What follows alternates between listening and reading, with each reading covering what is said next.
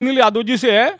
Operation सिंदूर की सफलता के बाद में पाकिस्तान को अंतर्राष्ट्रीय मंच पे बेनकाब करने के लिए अपने भारत की जितनी भी पार्टी हैं उनके प्रतिनिधि डेलीगेशन 32 देशों की यात्रा पे गए, जिसमें शशि थरूर जी भी थे आपकी पार्टी से, आनंद शर्मा जी भी थे, मनीष तिवारी जी भी थे। और शशि थरूर जी ने भी जो है पूरे पाकिस्तान के बेनकाब किया अंतर्राष्ट्रीय मंच पे, जो है जिसकी तारीफ करनी चाहिए। लेकिन राहुल गांधी जी को ये नागवार गुजरा।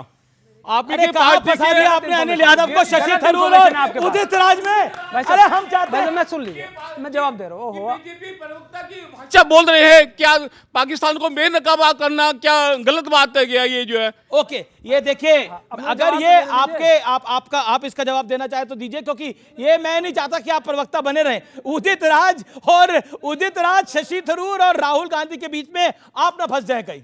नहीं, मैं तो भाई साहब को शायद जानकारी नहीं है, बात सिर्फ इतनी थी। पहले तो ये बता दूं कि हमारी शशि थरूर को गाली क्यों दे रही है कांग्रेस? अरे सुन तो लीजिए भाई साहब, मुझे बोलने से पहले ही टोक देते बोलिए हैं। ना, गाली क्यों दे रही है कांग्रेस से इतना डरते हैं? अरे कांग्रेस से क्यों डरेंगे भाई? अरे सुन लीजिए भाई साहब, हमारी बात सुन लीजिए, सुन लीजिए। हम कांग्रेस से डरते हैं, हम देश के लिए लड़ते हैं और देश के लिए लड़ेंगे। अब रहने दीजिए भाई साहब, अब मैं जवाब दे देता हूँ।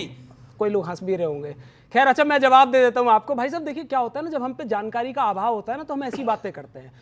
शशि थरूर जी ने जो बात करी थी ना, उन्होंने बात जो है आधी करी थी। खुद उनकी पुस्तक में लिखा हुआ है कि मनमोहन सिंह जी के टाइम पे कितनी सर्जिकल स्ट्राइक्स हुई थी, और बाद में उन्होंने ही ट्वीट करके माना भी। उन्होंने कहा कि मेरी बात को गलत तरीके से लिया था, वो सॉर्टेड हो गया। तो हमारी कोई ऐसा नहीं है कि हम उनसे लड़ रहे थे या उनसे कह रहे थे। कोई गाली नहीं दी है, वो आधी बात की थी। अरे भाई, आधी बात कर रहे थे, हमने कहा कि पूरी बात करिए। उन्होंने सिर्फ ये कहा था, उन्होंने आधी बात करी थी, उन्होंने सिर्फ मोदी जी की सर्जिकल स्ट्राइक का जिक्र किया था। हमने कांग्रेस समूचे विपक्ष को निपटा रही है क्या? देखिए, ओके, शशि थरूर जी आज कांग्रेस की एक मुसीबत बन गए जी। कांग्रेस निकाल नहीं सकती, कोई मुसीबत नहीं है। और आज शशि थरूर जिस प्रकार से भारत को रिप्रेजेंट कर रहे हैं, और देखिए राहुल गांधी जी का जो है जिन्होंने सवाल किया, हम लोगों ने देखा। है। लेकिन आज क्या है कि जो देश में एक माहौल बना पाकिस्तान के खिलाफ, मुझे उस बात का बहुत मलाल रहेगा कि पीओके अपने पास नहीं आ सका। मैं इसका जवाब और यहाँ एक सेकंड भैया सत्यप्रकाश जी, क्या है कि हम सबको लग रहा था कि बड़े अच्छे कोई प्लानिंग करके आए कि भाई गौरव जी बताएंगे फलाने तारीख तक आ जाएगा जी, लेकिन राजनाथ सिंह जी ने कहा कि देखो जी पीओके अपने आप आ जाएगा, अपने आप आ जाएगा, अब कुछ नहीं करना है, मतलब हमें कुछ करना ही नहीं है। लेकिन राजनाथ जी ने ये भी कहा, जाएगा राजनाथ सिंह अगर ने अपने ये भी आप ही कहा आ जाएगा कि तो अभी ये वार्म अप था।